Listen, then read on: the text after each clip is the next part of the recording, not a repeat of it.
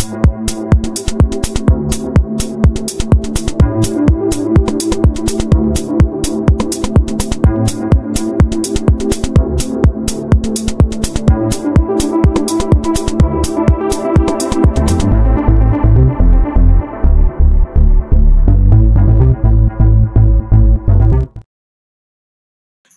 semuanya, perkenalkan saya Rifana Zahra dan rekan saya. Perkenalkan nama saya Abriani Wibowo, selaku host di sini. Untuk narasumber kali ini nih, ada siapa sih Kak? Pokoknya narasumber kali ini tuh nggak jauh keren ya dari narasumber kemarin Kak. Kalau kamu mau tahu tentang gimana cara mengatur keuangan, kamu bisa tanya ke narasumber ini. Wah, keren banget ya Kak. Ya, gimana kalau langsung kita panggil saja Kak? Boleh? Kita panggilkan Kak Alika. Halo Kak, senang banget nih udah datang di podcast ini. Boleh perkenalkan diri dulu? Oke, perkenalkan ya, nama aku Rahmadina Zalika Syahima. Di sini aku selaku Bendahara Umum HMA IPB Unpad periode 2025. Sebelum ngobrol lebih lanjut nih, Kakak bisa spill dulu nggak sih sosmed Kakak itu apa? Oh, boleh. Aku punya Instagram, username-nya @akilazinas. Boleh kepoin ya teman-teman. Nanti kesibukan Kakak akhir-akhir ini tuh apa sih? Aku sekarang karena jadi bendahara umum di HMA juga, sekarang lagi sibuk mengatur laporan keuangan sih di organisasi HMA ya. Dan juga kan semester 4 ya udah disibukin banyak banget tugas yang beragam banget di kuliah. Makin produktif ya kayak ya. Sebelum kita masuk lebih dalam lagi nih mengenai pertanyaan-pertanyaannya, aku mau tanya gimana sih feel Kakak, perasaan Kakak diundang di podcast ini sebagai narasumber di episode hari ini? Tentunya senang banget ya, menjadi kesempatan yang baik juga buat aku buat bisa bagi-bagi pengalaman, ilmu sama teman-teman semua tentang keuangan di organisasi ini. Oke. Bisa diceritain gak sih Kak sedikit gitu gimana rasanya hampir 2 tahun menjabat sebagai bendahara di HMA gitu. Mulai dari wakil bendahara, terus sekarang kan udah naik jabatan nih jadi bendahara umum, itu gimana rasanya?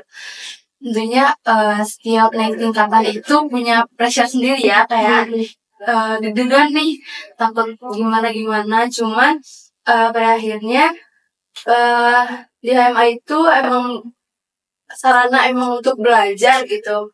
Jadi kalau misalnya awalnya masih deg-degan, nervous untuk megang tanggung jawab, tapi lama-kelamaan bisa beradaptasi juga sih. Nah, waktu awal kan masih wakil bendahara umum. Walaupun dari SMA-nya dulu juga pernah jadi bendahara, cuman ternyata di kuliah tuh bendaharanya cukup berbeda ya bentuk keuangannya, apalagi di perkuliahan ini. Makin banyak hal baru juga yang dipelajari, khususnya di keuangan organisasi, di laporan keuangannya, terus juga makin bisa mengatur keuangan gitu. Oh ternyata keuangan di HMA tuh kayak gini ya ternyata. Terus juga makin bisa makin terbiasa lagi tentang laporan keuangannya.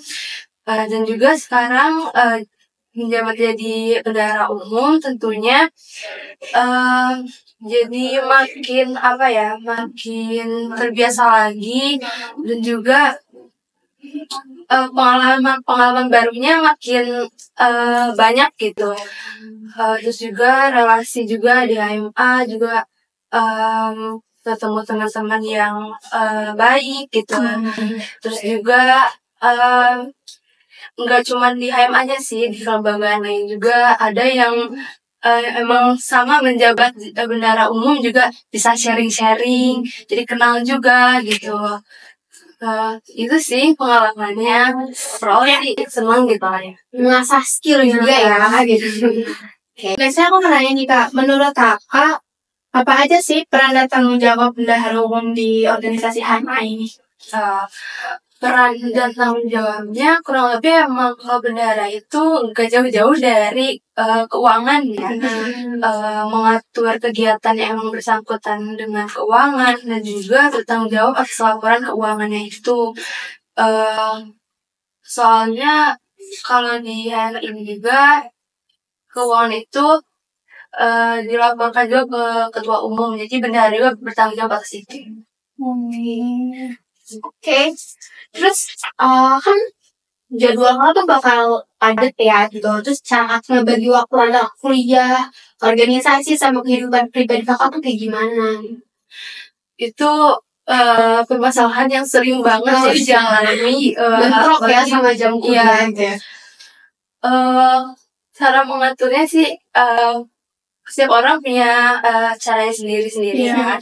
Kalau aku sih kalau bisa mengatur organisasi kuliah juga kegiatan di luar itu, misalnya ngatur ini sih kayak jadwal kira-kira di minggu depan tuh kita mau ngapain aja.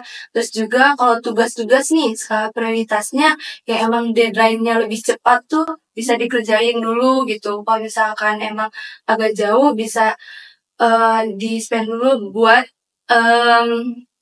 ngerjain yang emang bisa dikerjain terlebih dahulu gitu. Tapi emang setelah prakteknya emang agak sulit ya, cuman lama-kelamaan ya bisa beradaptasi aja sih. Lebih tetap diprioritasi kuliahnya dulu ya.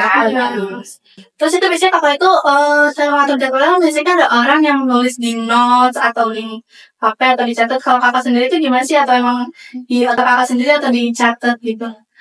Biasanya kalau aku sih suka catat kan kalau di handphone tuh ada kalendernya gitu kan ya. Terus juga bisa kayak masukin nih kayak misalnya tanggal segini kalau tugas nih ya deadline-nya tugas apa gitu. Terus kalau misalnya buat organisasi di tanggal segitu tuh bakal ada acara apa atau kegiatan apa gitu. Jadi kelihatan nih kayak setiap harinya tuh ngapain aja. Jadi nggak bakal bentrok-bentrok kalau misalnya sebelumnya udah diatur duluan gitu. Sangat terstruktur sekali ya. Beda ya. Oke nih Kak, nextnya itu aku mau nanya, kan udah 2 tahun nih menjabat sebagai bendahara ya, mau menjadi wakil, sekarang jadi bendahara umum.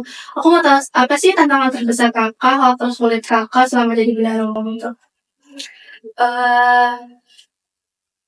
Kalau tantangan itu pada awalnya ketika pertama kali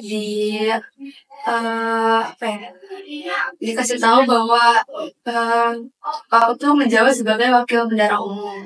Walaupun emang sebelumnya pernah jadi bendahara, tapi belum terlalu mengetahui gitu alurnya kalau di perkuliahan seperti apa.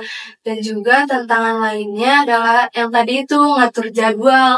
Kadang kita planning kita kayak gini, sedangkan pada perjalanan waktu suka ada jadwal yang berubah atau emang kayak padat banget nih, jadi kayak kadang suka hektik gitu, burnout atau gimana gitu, jadi tugasnya jadi buru-buru, stres atau gimana. Cuma ya itu gimana caranya saya misalnya sendiri juga sih, dan akhirnya ya bisa dijalanin Pasti awalnya ada pressure ya Kak. Iya. Oke, jabat sebagai bendahara umum tuh udah lumayan lama ya, udah hampir 2 tahun gitu. Ada gak sih hal yang berkesan buat kamu gitu selama 2 tahun ini gitu? Tentunya ada sih hal yang berkesan itu kalau aku sebagai bendahara tentunya bisa dapat ilmu yang baru gitu. Itu berkesan banget buat aku karena kayak dari awal masuk organisasi pun aku tuh di organisasi pengen belajar dan akhirnya di organisasi dapat itu dan emang kepake banget di diri aku gitu, yang sampai sekarang makin tahu banyak hal. Terus sekarang juga makin bisa belajar banyak sih, berkesan banget. Iya. Terus nextnya nih aku mau nanya, kan Kalika katanya tadi dari SMA yang jabat itu ya, ada Terus sekarang kuliah juga bendahara lagi. Ya. Lumayan lama ya. Iya, sebulan. Apa sih yang memotivasi Kak Alika buat jadi bendahara mulu di sekolah maupun di kuliah? Apa sih hal yang memotivasi Kakak? Sebenarnya kalau tuh dari awal gak nyangka juga ya bisa kepilih lagi jadi bendahara gitu. Cuman memang kayak ngerasanya passionnya di situ, jadi ngejalannya enjoy aja. Jadi walaupun emang kadang suka keteteran, stres apa ngerjainnya gitu. Tapi karena emang passionnya di situ, jadi enjoy aja gitu. Dan terus juga karena sebelum masuk KMA tuh emang pengen belajar, jadi kata-kata itu dipegang gitu buat motivasi. Kayak kadang suka apa ya, kayak lengah gitu, kayak sampai gimana gimana gitu. Cuman karena emang ingat sama kata-kata yang KMA tuh pengen belajar, menambah apa ya, ke diri kita tuh belajar tentang organisasi. Ternyata kata-kata itu menjadi motivasi juga gitu. Jadi motivasinya dari diri sendiri ya.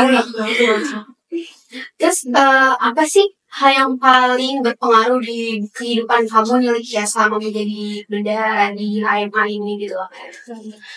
Hal yang paling berpengaruh itu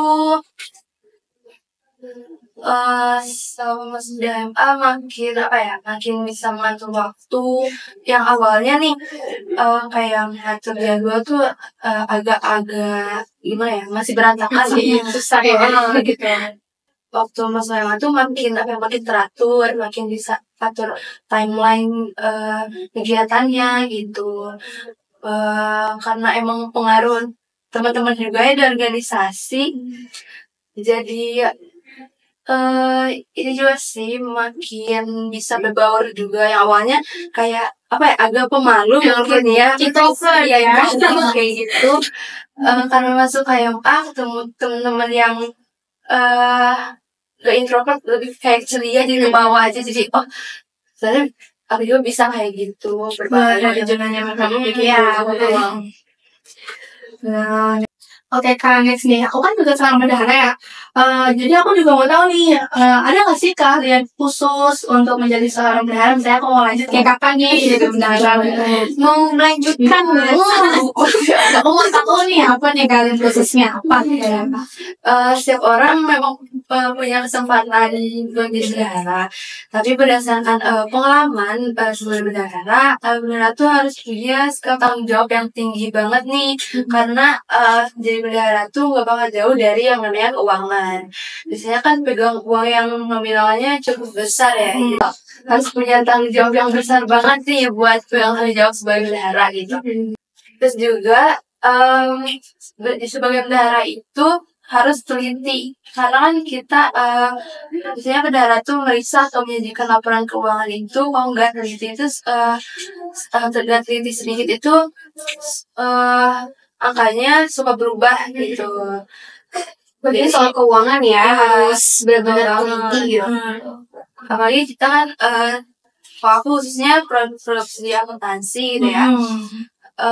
Emang udah belajar juga tentang laporan keuangan, jadinya mungkin bisa gitu dipakai dasar-dasarnya buat jadi bendahara. Oke.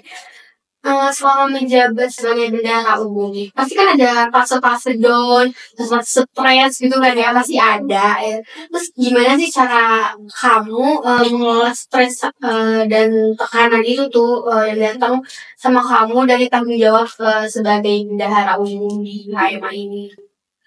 Mungkin kalau cara mengelolanya itu udah emang di fasenya, karena kayak butuh waktu sendiri dulu gitu. Kayak mikir kayak sekarang down banget, tapi karena aku udah pegang tanggung jawab, gak bisa apa ya, down lama-lama gitu. Karena harus mikirin tanggung jawab juga di sebagai bendahara di HMA tuh gak boleh gini-gini terus.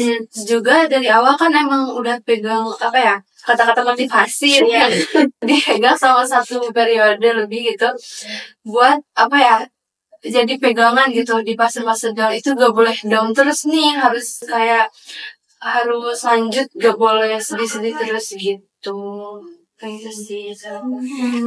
Ya. Jadi kalau motivasi kamu yang membangunkan jadi Iya, kamu sendiri. Pakai banget sih. Benar. Oke nih, next masuk ke pertanyaan berikutnya itu, menurut kamu sendiri nih, peran kamu itu sebagai bendahara ini seberapa penting sih di dalam sebuah organisasi? Maksud kayak gitu. Tentunya penting banget ya, soalnya kalau gak ada bendahara, bingung nih organisasi gimana cara mengatur keuangannya, gimana nih? Soalnya dari mana nih? jadi berantakan gitu kan.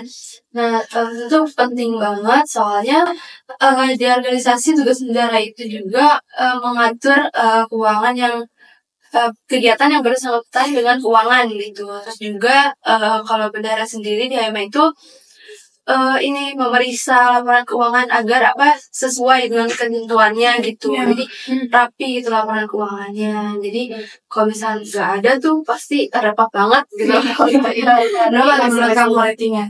Dari 10 berapa? Pusingnya. Pusingnya. Oh, pusingnya. Pusingnya 7. Lumayan jadi kan Oke, di next pertanyaan. Apa sih pelajaran yang kamu dapat sih selama menjabat di HMA ini? Terus gimana pelajaran itu dapat merubah cara pandang kamu gitu untuk diri sendiri? Oke. Pelajaran yang diambil waktu di HMA itu lebih belajar tentang laporan keuangan yang rapi itu seperti apa sih gitu kan. Terus cara mengatur keuangan untuk kegiatan-kegiatan tuh gimana sih gitu kan. Dan akhirnya setelah mengetahui itu pengaruhnya ke diri aku tuh ke kehidupan pribadi, jadi bisa ngatur keuangan sendiri gitu. Terus kayak uang juga jadi terstruktur lah.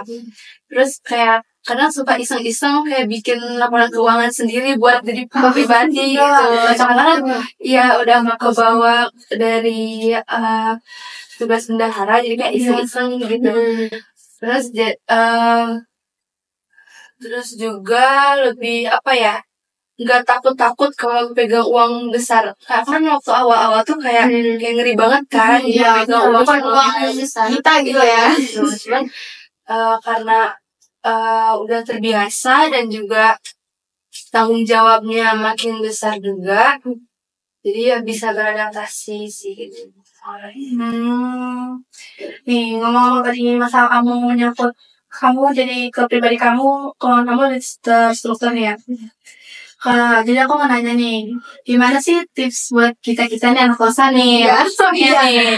Cara mengatur uang yang misalnya dari orang tuanya tuh yang dikasih akhir bulan, tapi sebelum akhir bulan udah sudah happy. Gimana sih tips and triknya gitu cara biar bisa dikelola dengan efektif gitu? Oke, kebetulan aku juga anak kosan ya. Mungkin kalau aku ngaturnya dibagi per minggu sih, kan kita kalau dikasih uang per bulan gitu kan. Nah, dibagi per minggu. Terus juga sebelum minggu berikutnya itu aku tuh udah plan kayak minggu depan tuh kebutuhan pokoknya tuh apa aja. Terus juga dibagi buat uang jajan. Jadi dibagi ini sih kayak kebutuhan sama keinginan tuh beda. Jadi kayak kebutuhan tuh emang dibutuhin tiap harinya tuh apa, kayak bisa makan, terus juga kalau yang jauh ongkos gitu kan. Terus juga kebutuhan kayak alat tulis kita kuliah tuh itu kebutuhan pokok kan. Nah kalau keinginan tuh kalau kita misalkan mau jajan-jajan di luar nih, kayak itu kan harusnya dipisah gitu. Jadi ngaturnya itu sih kebutuhan sama keinginan tuh beda. Jadi dibagi dulu nih kayak per hari kebutuhan tuh berapa nominalnya, terus lalu kalau sisanya dibagi tuh ke keinginan kita. Kayak misalnya di minggu itu mau kayak hangout ke kafe mana gitu, baru kalau misalnya Gen Z ya harus di luar gitu ya. Tapi kalau misalnya kamu nih apa sih per bulannya kamu itu ternyata kamu tuh agak dikurangin ya orang tua kamu. Kamu tuh gimana caranya ngatasinnya? Caranya sih kurangin di bagian keinginannya sih, jadi uang jajannya itu. Karena kan kalau kebutuhan pasti gitu. Setiap hari itu dibutuhin. Sedangkan kalau buat jajan-jajan luar atau main-main itu masih bisa jangan dulu lah buat bulan ini, jangan dulu kesini gitu, bulan depan aja gitu. Wah, berapa sekali. Saya suka lanjut Kak. Next pertanyaan itu gimana alur pengelolaan keuangan dari pemasukan hingga pengeluaran di HMA ini gitu loh. Kan lumayan banyak ya dananya, jadi gimana pengelolaannya?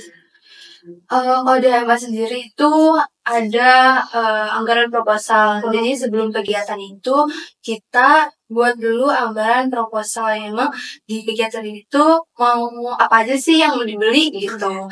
Terus ketika udah proposalnya selesai itu biasanya kita ngajuin dana kegiatan kemahasiswaan ke fakultas itu ya. Ketika misalnya DKK-nya udah cair, udah siap kita gunain di acara itu, baru tuh kita gunakan sesuai yang sebelumnya udah dianggarkan. Jadi kalau bisa nggak melewati itu, karena takutnya kalau misalnya di luar anggarannya tiba-tiba nggak cukup atau kayak tiba-tiba habis gitu kan. Karena fungsinya dari anggaran proposal itu, estimasi itu juga kayak gitu untuk meminimalisir kendala-kendala yang diakibatkan karena uangnya kurang gitu. Dan juga setelah dananya dipakai untuk kegiatan itu, biasanya kita melaporkannya dengan membuat anggaran laporan kegiatan LPJ gitu. Ya, itu juga untuk dilaporkan ke ketua umum dan juga ke program studi fakultas gitu. Biar ada tanggung jawabnya gitu. Tapi selama kamu menjabat nih, kendala yang paling fatal menurut kamu selama kamu menyusun anggaran itu apa sih? Atau ada nggak? Sebenarnya paling fatal itu mungkin yang awalnya dianggarkan, ternyata realisasinya nggak ada, atau kebalikannya ya, yang awalnya dianggaran nggak ada nih, ternyata waktu realisasi tuh dibutuhin banget nih. Paling kalau misalkan kayak gitu solusinya ambil anggaran dari seksi yang lainnya, jadi yang lain dikurangin, kalau gitu. Kalau enggak ini sih kayak cari-cari dana-dana lain atau sponsorship kayak gitu. Oh, betul. Oke, next question gini. Nih, gimana sih strategi dalam mengalokasikan dana supaya program kerja kita tuh lancar gitu loh? Karena kan ya namanya program kerja kan kadang ada aja struggle-nya ya. Cara mengalokasikan itu kali ini sih sebelumnya itu sebelum mengadakan kegiatan kita waktu bikin anggaran itu yang benar-benar barang yang benar kita mau beli, jangan kayak karena ini sekedar estimasi biasanya kayak ya udah masukin dulu ini aja, hati-hati itu sebenarnya Nggak butuh banget ya. nggak butuh banget. Itu harusnya bisa dialokasiin ke yang lain dulu kalau misalnya emang yang lain lebih butuh kayak gitu. Itu sih. Oh iya nih Kak, aku kepo juga nih, selain dari anggaran kampus, DKK, ya, aku juga mau tahu nih, selain dari situ, dan mana lagi sih dana HMA itu bisa ada gitu ya. Selain dari DKK, kita juga kalau misalkan ada program kerja yang cukup besar, biasanya suka nyari dana dari sponsorship. Jadi kita ngajuin proposal eksternal ke perusahaan, dan ada beberapa partner yang emang juga sama kita gitu. Nah, benefitnya kita bisa pakai ke kegiatan yang bakal dilaksanain di HMA. Terus juga kita sendiri juga di departemen itu ada program kerja dana usaha. Nah, kita juga dapat keuntungan dari danus itu buat nambah-nambah anggaran di program kerja gitu.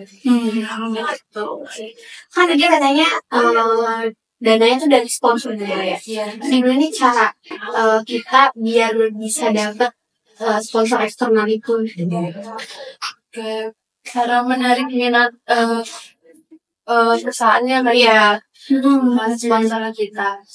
Kan dikuatin di ininya sih, di tema dan juga sasaran peserta. Biasanya kan kalau perusahaan itu yang menyalurkan sponsor itu pengennya benefit ke mereka tuh kayak mengiklankan produk mereka gitu kan, kayak halayak yang lebih luas gitu.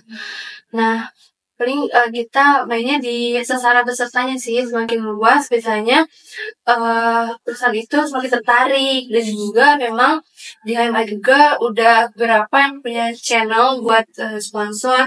Biasanya emang dia sering banget masuk sponsorship juga ke kita gitu. Terus juga kasih ini di ketika kita pengajuan proposal eksternal itu, kita ngasih paket-paket yang emang menarik gitu buat mereka. Kayak misalkan kita tempel logo atau misalnya nampilin iklan di layar atau apa gitu. Biasanya perusahaan tuh tertarik gitu. Oh gitu. Lagi-lagi tentang kendala lagi nih. Kendala itu siaran kepo kita. Menurut kamu ini apa sih tantangan atau kendala dalam mengelola dana? Apa sih aku berikut deh? Oke, gak apa-apa. Nanti di-cut. Ya. Dari mana sih? Pertanyaannya Ini masih nyala kok. dari mana saja?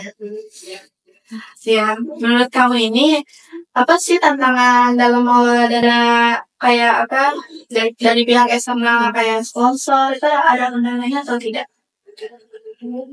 Kendala sih paling dari komunikasi ya. Kita kan itu pihak luar gitu dari organisasi. Kita paling kendalanya itu suka lama dapat balasan atau misalkan chatnya tenggelam jadi lupa balas atau gimana gitu. Tapi itu sih sekarang bisa diminimalisir sih. Terus juga karena di HB juga udah ada tim sponsornya juga, jadi mulai terorganisir lah soal komunikasi dengan pihak luarnya. Dan juga biasanya buat cari-cari perusahaan yang emang tertarik itu agak lumayan susah ya. Kalau misalkan emang keinginannya kita apa, keinginan perusahaannya suka beda gitu, beda kemauannya apa. Terus nih, next pertanyaan. Gimana sih cara ngastiin pengeluarannya sesuai dengan anggaran yang udah disusun gitu loh? Mungkin kita karena di anggaran juga dibagi per seksi ya. Jadi sebelum kita membeli dengan uang yang ada itu, kita lihat dulu anggarannya dengan nominalnya sesuai apa enggak. Jadi waktu waktu nganggarin juga benar-benar yang emang kita butuhin, dan juga harganya yang disesuaikan dengan harga pasaran yang sekarang gitu. Jadi nggak, kalau misalnya ada kenaikan kan nggak terlalu jauh gitu naiknya. Gitu.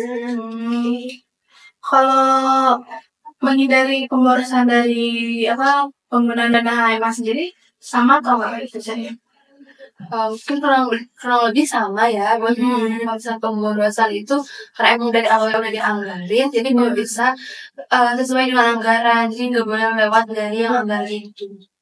Tapi kan semisal kalau misalnya ada yang misalnya kita kayak beli apa nih, tapi ternyata nggak sesuai sama yang di anggaran, harganya lebih mahal, jauh lebih mahal. Itu gimana?